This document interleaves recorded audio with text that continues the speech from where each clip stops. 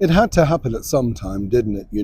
A lot of people have speculated for many months now exactly the state of the relationship between Prince Harry and Meghan Markle. They've tried many different ideas, many different paths to make their venture, the Megxit as it was dubbed, work. But of course, as they spent millions of pounds, quite frankly, on agencies, marketeers, and all that sort of stuff, nothing seems to be sticking. Now, though, at this particular point, it appears that the blame game is truly kicking off and causing, according to a very well-placed source, ructions between the once very much loved-up pair. As ever, let me explain. Hi, good morning. How are you? Nice to see you today. Thank you for joining me. Yes, lovely to have your company. Come on, wave back. I can't see you doing it. You're doing it now. Yeah, all right. Well, I know, I'm putting the effort in. It's cold out here. You can tell that. I'm shaking. Pulling your legs. Not too bad, actually. Thermaled up, as it were. Yes, you have to be, don't you? No, shocking, really. Now, let's get back to your royal story, because it's a difficult and serious topic, this, and as ever we have to say allegedly, because I've been told that, the former royals are going through a very stressful time. You can understand this, in a sense, because it's a relentless barrage of bad media. And you could say, well, Neil, you're part of it. I'm merely reporting what we find out. And there is an interest factor there. They were obviously members of the British monarchy, and then they decided to ebb away and do their own thing. Now, Meghan Markle has often said that, part of the problem for their process of reinventing themselves in the media, in the world, was all down to the bad timing. The pandemic kicked in, the plans that they were going to do were put on hold, as were many people's around the world. So, that's her apparently a take on why things have gone wrong.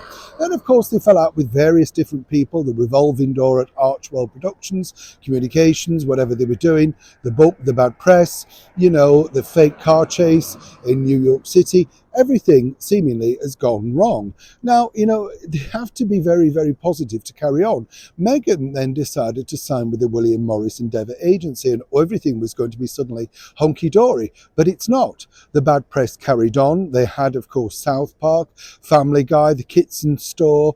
It just was relentless, the Spotify grifter stuff. It just never truly stopped. And according to that well-placed source now, even Harry has woken up to the fact that somebody needs to take charge and stem the flow of negativity.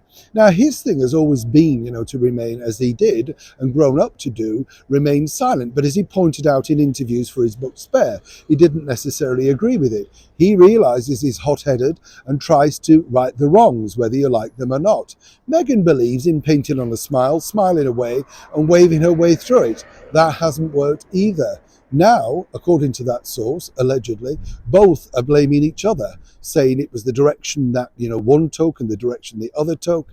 And of course, what's proven successful has only been his family trashing, whether that be in the book or indeed the docu-series. And obviously, you can't keep doing that forever.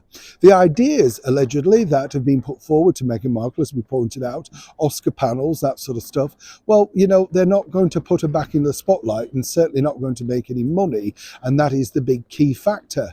Harry himself now, according to that source, believes that, there are times for sort of, shall we say, reflection, maybe stepping out of the limelight, maybe going to Africa, as allegedly the plan was at the very start of their relationship. Something, apparently, this balks Meghan with fear, who has no plans from stepping away from the limelight, who enjoys her life in America near her mother, Doria, and, of course, her two children. This is going to prove pivotal.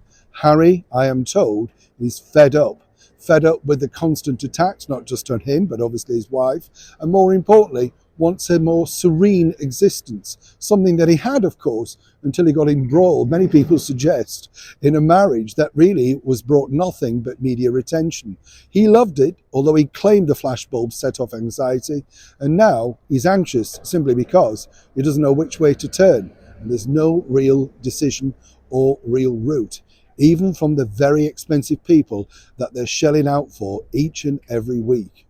Meghan and Harry literally are at a crossroads. Neil Sean in the very heart of London.